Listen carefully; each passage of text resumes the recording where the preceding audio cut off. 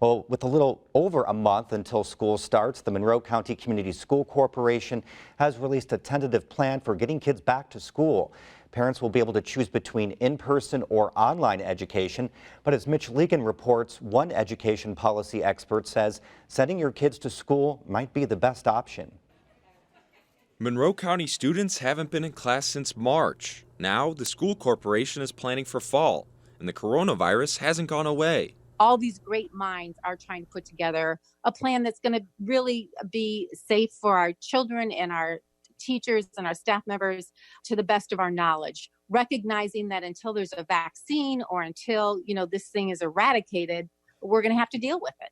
When the corporation surveyed parents' thoughts, about 30% of respondents said they'd consider keeping their students at home to learn online because of the coronavirus. But for kids 12 and under, data from around the world seem to show that students at schools that have opened aren't spreading the virus. I think it's okay to sort of say all the evidence points to the fact that they're probably going to be just fine. They're probably not going to get it. If they do, it'll probably be very mild. And if they did happen to catch it, the chances of them bringing it back home are actually quite low.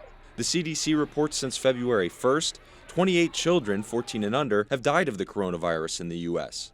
This week, a French study from the Pasteur Institute determined children have not been spreading the virus. Of 510 students studied from 6 different primary schools, there were just 3 probable cases of COVID-19. Data from Denmark, Finland, and Australia have come to similar conclusions.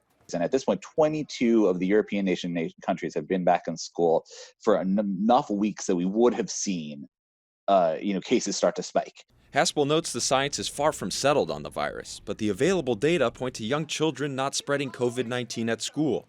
So, how should schools keep people safe?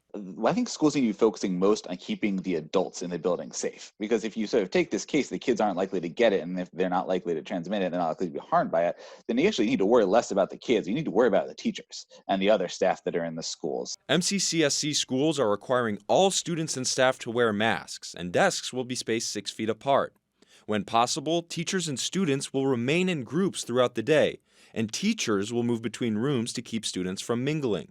Students and staff will be required to self-screen daily for COVID-like symptoms, including a fever of over 100.4 degrees. And pickup and drop-off times will be staggered to keep adults and children from congregating. We've got over 14,000 employees and people involved in our school corporation. It's not if we're going to have COVID, it's when. It's going to show up. And so do we shut down a single class? Do we shut down a building? Do we shut down the whole corporation? Superintendent DeMuth says the district will work with the local health department when that happens, and schools will close for a period of time. MCCSC officials aren't advocating for one method over the other. They're encouraging feedback and will return next week to make the plan official. Then, it's back to school August 5th. Reporter Mitch Legan is in the newsroom right now to talk a little bit more. Mitch, I understand you spoke with IU Public Health biology professor Anna Bento this morning about the data. What did she have to say? Yeah, she says the data is encouraging, but would caution against pointing to them as, sort of like, let's get them all back in school sort of thing, because as encouraging as the data are, they're limited. Schools around the world were some of the first places to close, so just the opportunity for transmission there was curbed because they weren't open. She also mentioned that just testing kids in and of itself is a little difficult, and in some of the studies, she'd like to see more students involved, more students tested, more students studied. She also said we want to be careful just because kids generally transmit coronaviruses very easily, and this is a novel virus. We really don't know anything about it. We were hoping it's going to be closer to SARS or MERS or something like that. It hasn't been. So there's just not enough information out there to make conclusions on how this is spreading.